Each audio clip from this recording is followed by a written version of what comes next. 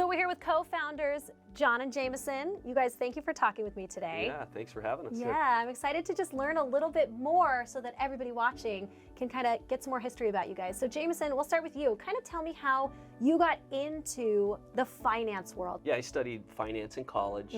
I wanted to work on Wall Street. I was at University of Utah, which is a school that none of the Wall Street banks recruit at all. Sure. So I spent my junior year flying out on a red-eye JetBlue flight on a Thursday night to New York. Oh, and wow. then on Friday, I would spend all day networking, trying to find someone who would give me an internship. And I ended up getting an internship at Barclays Capital. They bought Lehman Brothers after the financial crisis. I did that, actually hated the internship. Oh no. So ended up transitioning from being on a sales and trading floor to equity research, which I really enjoyed. Joined Goldman Sachs in that role. And then I started buying some real estate on the side. When I was in New York, I bought a property in Idaho, and I just really enjoyed owning that. It was a 10-unit building, kind of a good starter building. Ended up selling it a few years later. And then when I ended up in Arizona with LifeLock, I was running their investor relations. We ended up getting bought out, and I felt like I wanted to do commercial real estate, something in that field. Sure. For my next opportunity. Project. Yeah. Very cool. How old were you when you bought that first property? Early 30s. Okay. Yeah, I had owned a few single-family homes, and I, rented out the rooms to friends and roommates. And then ended up buying this, and it was actually a hotel, and ran it as kind of an Airbnb hotel. Worked out great. Very cool. So you've had that kind of like in your system for a while now.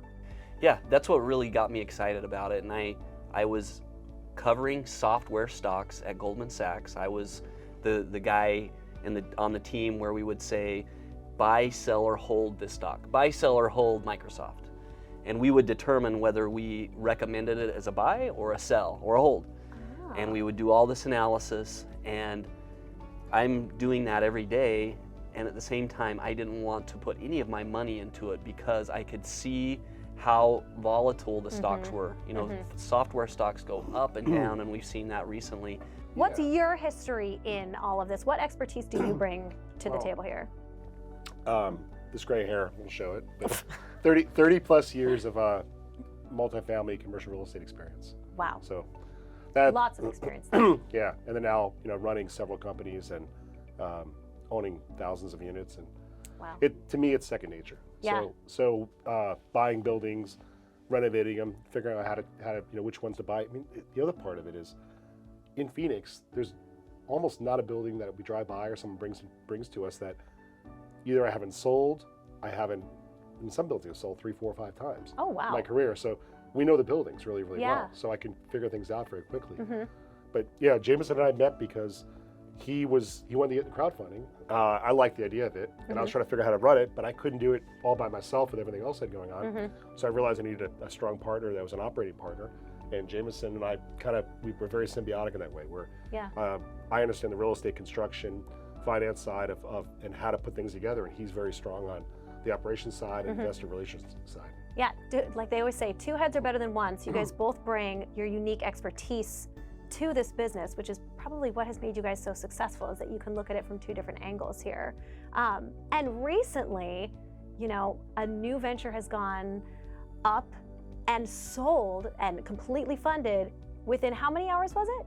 We hit our target within 5 hours. So we were raising a total of 1.5 million is our max, but our target was $1 million. Okay. And once we hit our target, that means this is a go, we're doing this. And we hit our target in the first 5 hours with over 100 investors.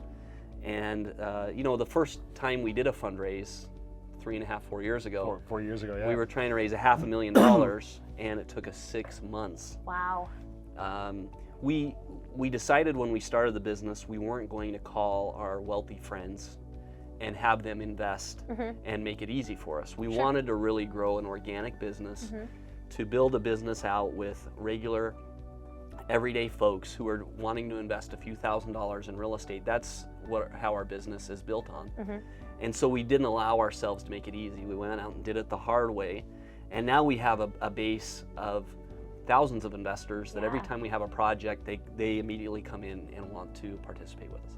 Absolutely. Well, I love to hear stories like that. That's really cool. And what you guys have done really speaks to the name of Neighborhood Ventures. People in the neighborhood get to invest back into their neighborhood and they get to see that tangible evidence of things changing. And it's really cool. So thank you guys for talking with me. I think this was really great. Thank you. Thanks for having us.